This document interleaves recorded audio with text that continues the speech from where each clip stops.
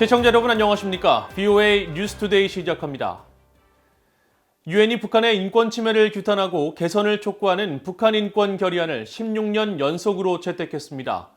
북한 내 조직적인 고문과 폭행 등 인권 침해 문제가 또다시 지적되면서 북한 인권 상황을 국제형사재판소에 회부하는 것과 책임자들을 겨냥한 추가 제재 고려 방안 등이 포함됐는데 북한은 반발했습니다. 첫 소식 오택성 기자가 보도합니다. 제75차 유엔 총회 본회의가 열린 유엔 뉴욕 본부. 볼칸 보즈키르 유엔 총회 의장이 유엔 본회의에서 북한 인권 결의안이 채택됐음을 선포했습니다. We first turn to draft resolution 1 entitled Situation of Human Rights in the Democratic People's Republic of Korea. The third committee adopted the draft resolution without a vote. May I take it that the Assembly wishes to do the same? It is so decided. 유엔에서 지난 2005년부터 채택된 북한 인권 결의안은 16년 연속으로 통과됐습니다. 이번 북한 결의안은 지난달 제3위원회가 채택한 내용을 그대로 담고 있습니다. 북한의 고문과 성폭력, 자의적 구금 문제, 정치범 강제 수용소 실태와 조직적 납치 문제, 또 종교, 표현, 집회 자유의 제한 등 광범위한 인권 문제 상황을 지적했습니다. 특히 올해는 신종 코로나 바이러스 감염증의 악영향과 이로 인한 북한 인권 상황 악화에 대한 심각한 우려가 새롭게 담겼습니다. 코로나 대응을 위한 모든 제한 조치가 국제인권법과 관련 안보리 결의 등 국제법에 맞고 차별적이지 않게 취해져야 한다고 지적했습니다. 결의안은 또 북한 인권 상황을 국제형사재판소에 회부할 것과 가장 책임 있는 자들을 겨냥한 추가 제재 고려 등 적절한 조치가 취해져야 한다고 권고했습니다. 이날 채택된 북한 인권 결의안은 유럽연합 EU가 작성을 주도하고 미국과 영국, 일본, 스웨덴 등 58개국이 공동 제안국으로 참여했는데 한국은 2년 연속으로 공동 제안국에 이름을 올리지 않았습니다.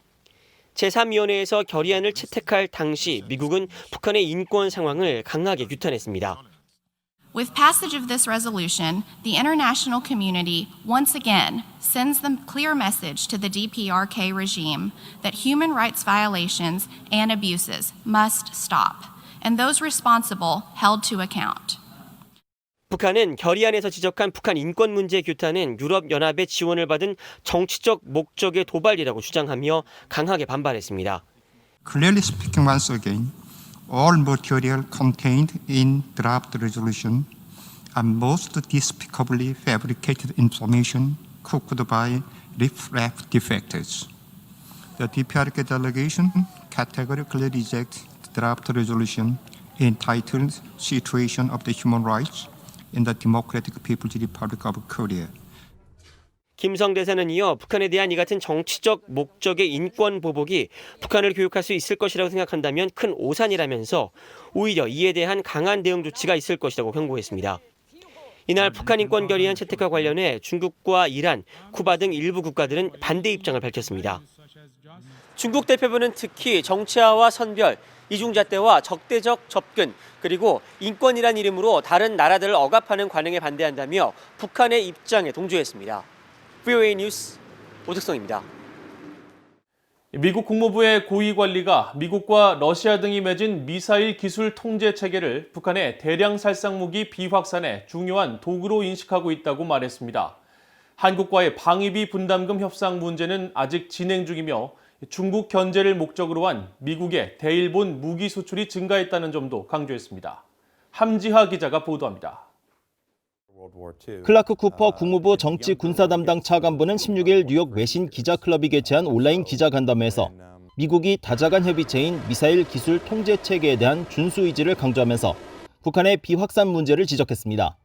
이 체계를 통해 북한 등의 미사일 기술 활용을 막을 수 있다는 겁니다. We certainly see the regime as an important non-proliferation tool to curb the spread of high-end missile use technologies to countries such as North Korea and Iran. We remain very laser focused on these and other non-proliferation concerns. 미사일 기술 통제 체계 MTCR은 미국과 러시아, 한국 등 35개 나라가 회원국인 다자간 협의체로 사거리 300km 이상, 탄두 중량 500kg 이상 모든 미사일과 무인기의 수출과 이전 등을 통제하고 있습니다. 쿠퍼 차관보의 발언은 북한의 미사일 수출이나 북한에게 미사일 기술을 이전하는 문제 등을 미사일 기술 통제 체계의 범주에서 다루고 있다는 점을 강조한 겁니다. 답보 상태를 이어가고 있는 한국과의 방위비 분담금 협상 문제에 대해서는 현재도 진행 중이라며 간략하게 답했습니다. She continues to meet with her Republic of Korea counterpart, Ambassador Chung Eun-bo, and working on negotiating an updated special measures agreement. And those consultations are ongoing. 미국과 한국의 방위비 분담금 협상은 지난해 9월 시작된 이후 1년 넘게 협정이 체결되지 못한 상태로 트럼프 행정부는 당초 5배 인상한 제시 후 규모를 낮춰 협상하고 있지만 여전히 한국 측과 차이가 있는 것으로 알려져 있습니다. 일각에서는 양측의 방위비 분담금 합의가 내년 바이든 행정부 출범 후에 이뤄질 것이란 전망도 나옵니다.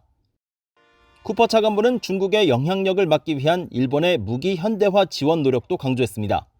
China's defense needs, of course, there are significant efforts there in the modernization space for Japan.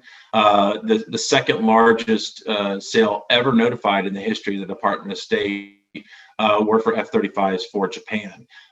쿠퍼 차관보는 미국은 일본의 역량과 요구 사항 등을 보고 있다면서 신종 코로나 바이러스 등으로 인해 물류와 운영 등에 도전이 있었지만 기존 계획에 따른 필요성은 바뀌지 않았다고 강조했습니다. BOE 뉴스 함지아입니다. 대량 살상 무기를 확보하려는 북한의 다자간 제재를 추진해왔다는 내용이 명시된 유엔 창설 75주년 기념 미상원 결의안이 상정됐습니다. 민주당의 코리 부커 상원의원이 최근 발의한 이 결의안은 유엔 창설 75주년을 기념하며 유엔의 역할은 전 세계 평화와 안정 유지에 필수적이며 특히 미국은 유엔 안전보장이사회 상임이사국으로 알카에다와 이슬람 국가 무장 세력과 같은 테러리스트 조직과 대량 살상 무기 WMD를 확보하려는 북한 같은 불량 국가 등에 대한 다자간 제재 채택을 추진해왔다고 명시했습니다. 결의안은 또 유엔 최고대표 사무소가 북한을 포함해 시리아와 이란, 베네수엘라, 스리랑카 등지에서 자행되고 있는 인권 유린 실태를 파헤쳐 보고하려는 노력을 지원해왔다고 밝혔습니다. 유엔은 제2차 세계대전 이후 국제 평화를 유지하고 다국적 협력을 도모하기 위한 목적으로 1945년 10월 24일 창설된 국제기구이며 한국과 북한은 1991년 9월 18일 제46차 유엔 총회에서 유엔에 동시 가입했습니다.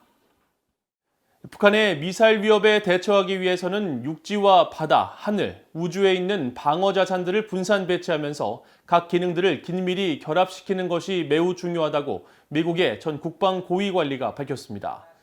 케네스 토도로프 전 미사일방어청 부청장은 16일 미국 공군협회 소속 미첼 인스티튜트가 주최한 화상회의에서 탄도미사일 역량 등 북한의 진화하는 위협에 대처하기 위한 미래 전략을 묻는 질문에 이같이 답하고 특히 지난달 실시한 이지스함의 SM-3 2알파 요격 실험 성공을 대단한 성과라고 평가했습니다. 토도로프 전 부청장은 이어 앞으로 이 같은 방어 전략을 어떻게 다층적으로 배치할지가 중요한 과제가 될 것이라면서 이런 목표를 실현하기 위해서는 현재 각 미군이 운용 중인 정보 수집과 전술 통제망을 단일화해 지휘 통제 연결망을 구축하는 합동 지휘 통제 상용화가 시급하다고 강조했습니다. 미국의 민간 연구단체 애틀랜틱 카운슬은 16일 공개한 2021년 미국 대외 정책의 10대 위험 요소 보고서에서 북한의 위협을 중상으로 평가하면서 5번째로 꼽았습니다.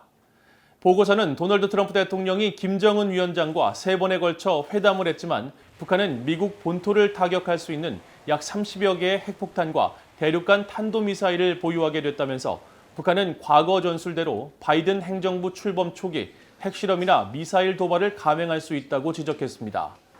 보고서는 그러면서 바이든 행정부는 다자간 협력과 한국, 일본 등 동맹국과 함께 억지력을 강화하는 방향으로 효과적인 대북 전략을 펴야 한다고 강조했습니다.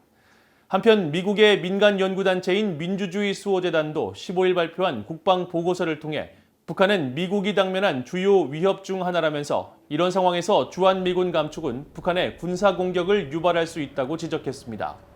또 북한은 주한미군 철수를 한국에 대한 미국의 방위의지 감소로 인식할 것이라면서 현명하지 못한 위험한 선택지라고 말하고 미군 감축이나 철수는 북한뿐 아니라 중국에도 선물이 될 것이라고 지적했습니다. 이상으로 VOA 뉴스투데이를 마칩니다. 시청해주신 여러분 고맙습니다.